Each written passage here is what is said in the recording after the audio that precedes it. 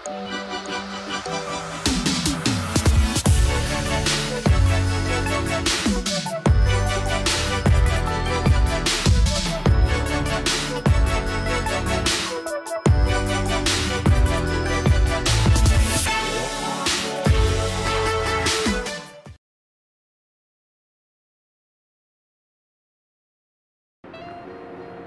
teman-teman, selamat datang di channel ini. Bagi teman-teman yang baru datang dan baru menonton konten ini, silahkan teman-teman untuk klik tombol subscribe dan mengklik lonceng, biar kalian yang baru nonton ini pada tahu apa aja sih isi konten ini, dan kalian tahu tentang informasi sekolah kedinasan atau bahkan tentang SCTD itu sendiri.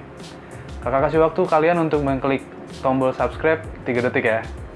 1, 2, 3. Oke, selesai. Terima kasih teman-teman yang udah klik tombol subscribe-nya. Kali ini banyak pesan dari teman-teman semuanya, banyak masukan dari teman-teman. Banyak yang bilang, "Kak, saya gagal waktu tes SKD." Nah, mungkin di sini kakak bakal bahas itu semua. Yang pertama, untuk teman-teman yang lulus tes SKD, kakak ucapkan selamat buat teman-teman. Tetapi jangan berbangga dulu, jangan besar kepala dulu. Perjalanan kalian itu masih panjang, kalian harus menghadapi tes lainnya, TPA, kesemaptaan, kesehatan, dan lain-lain. Itu masih panjang banget. Jadi jangan terbawa euforia kalian berhasil SKD. Untuk teman-teman yang berhasil, semangatin juga teman-temannya yang belum berhasil di tes SKD-nya ya.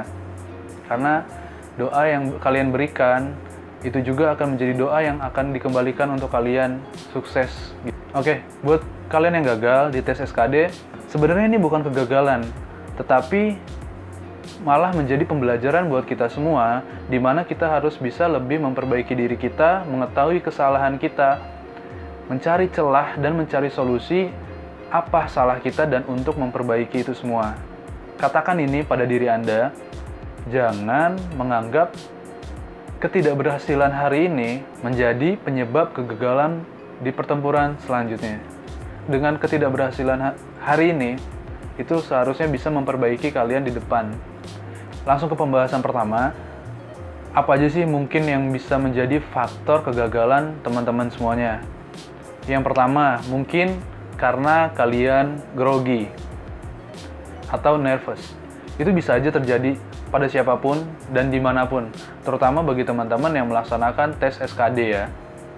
Karena pada dasarnya manusia itu berbeda-beda. Mungkin itu salah satu faktor yang menjadi kegagalan teman-teman. Yang kedua, belajar yang terlalu memaksakan.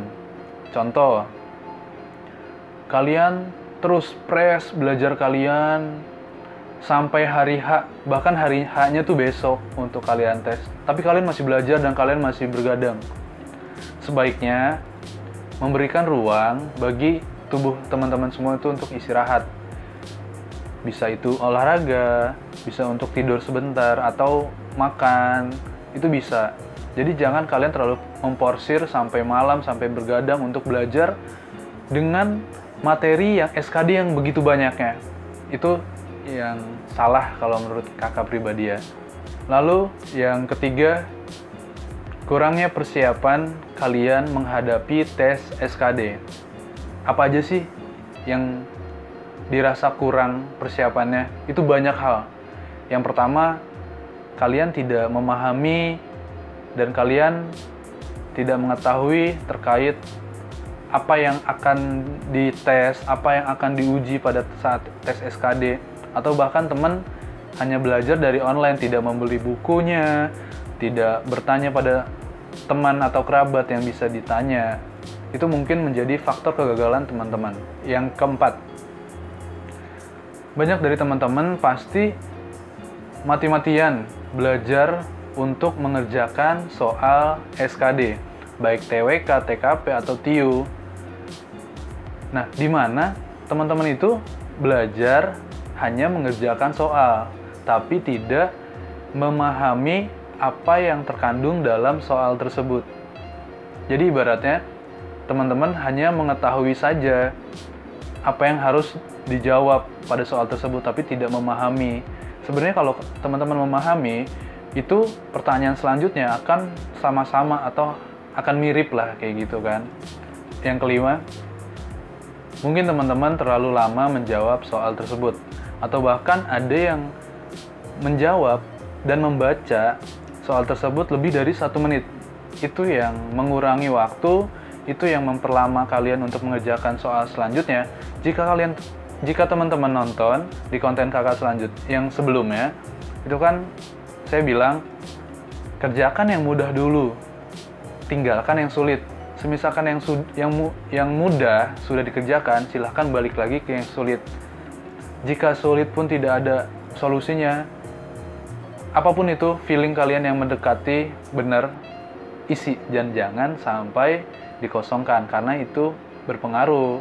Lebih baik diisi dan salah daripada tidak sama sekali. Itu ya teman-teman.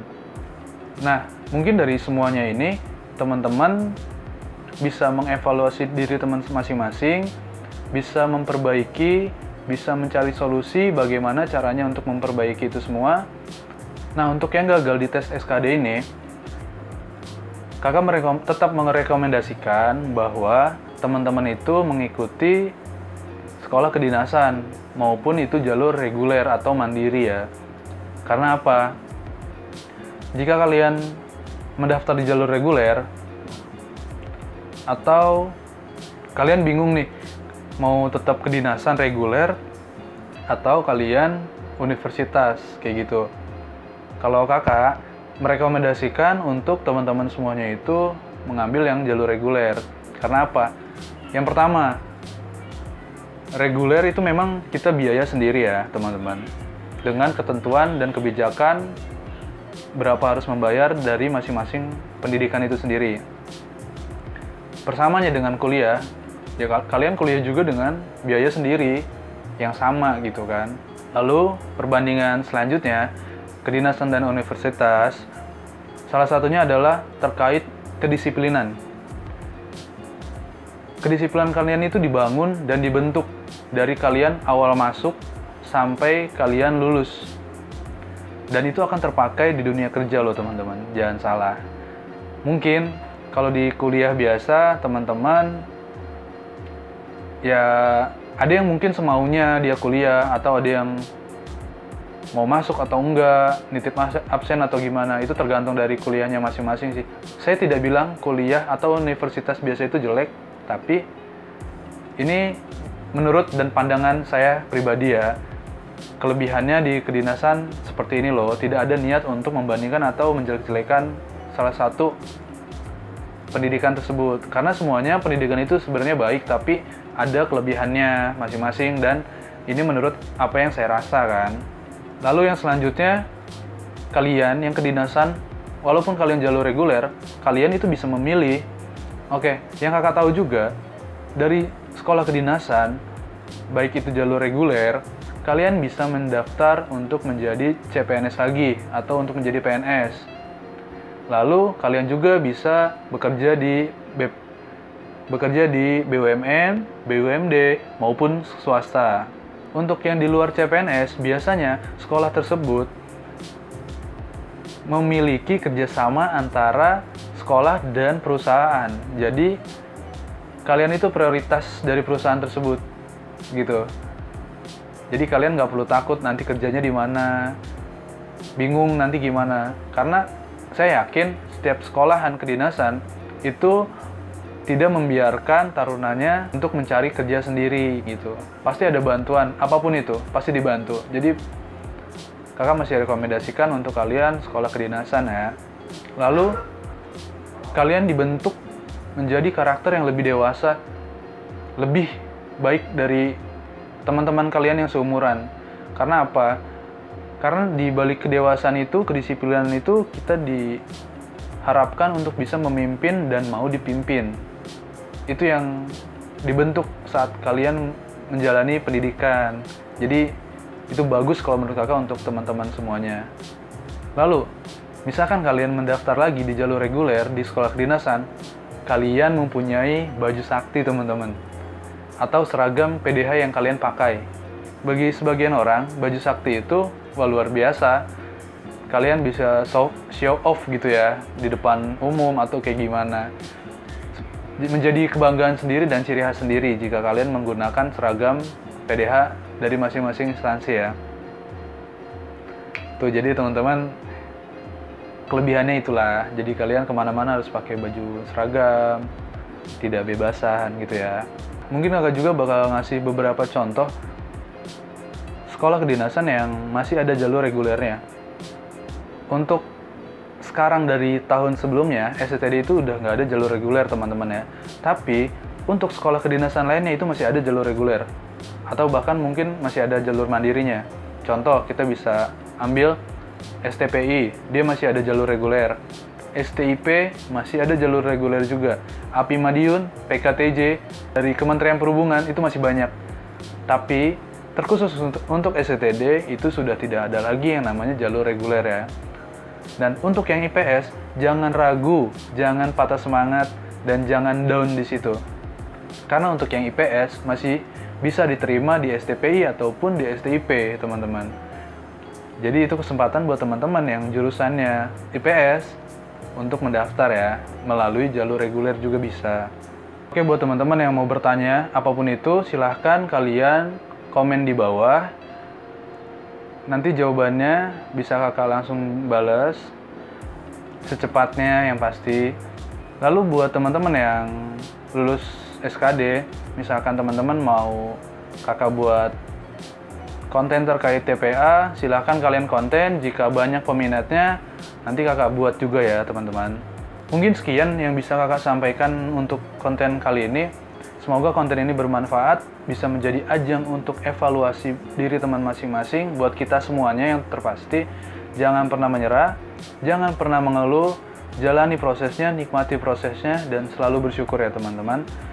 Lalu untuk teman-teman yang suka dengan konten ini, yang merasa konten ini bermanfaat, silahkan teman-teman untuk klik like, comment, and share, juga subscribe ya teman-teman.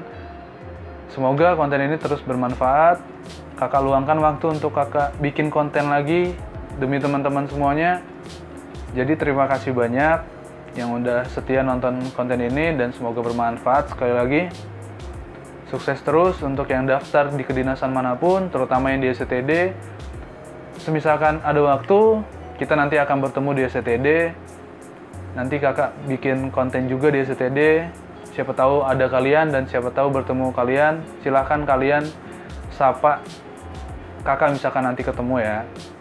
Oke, sekian dari kakak. Terima kasih banyak. Sampai ketemu di konten selanjutnya. Oke.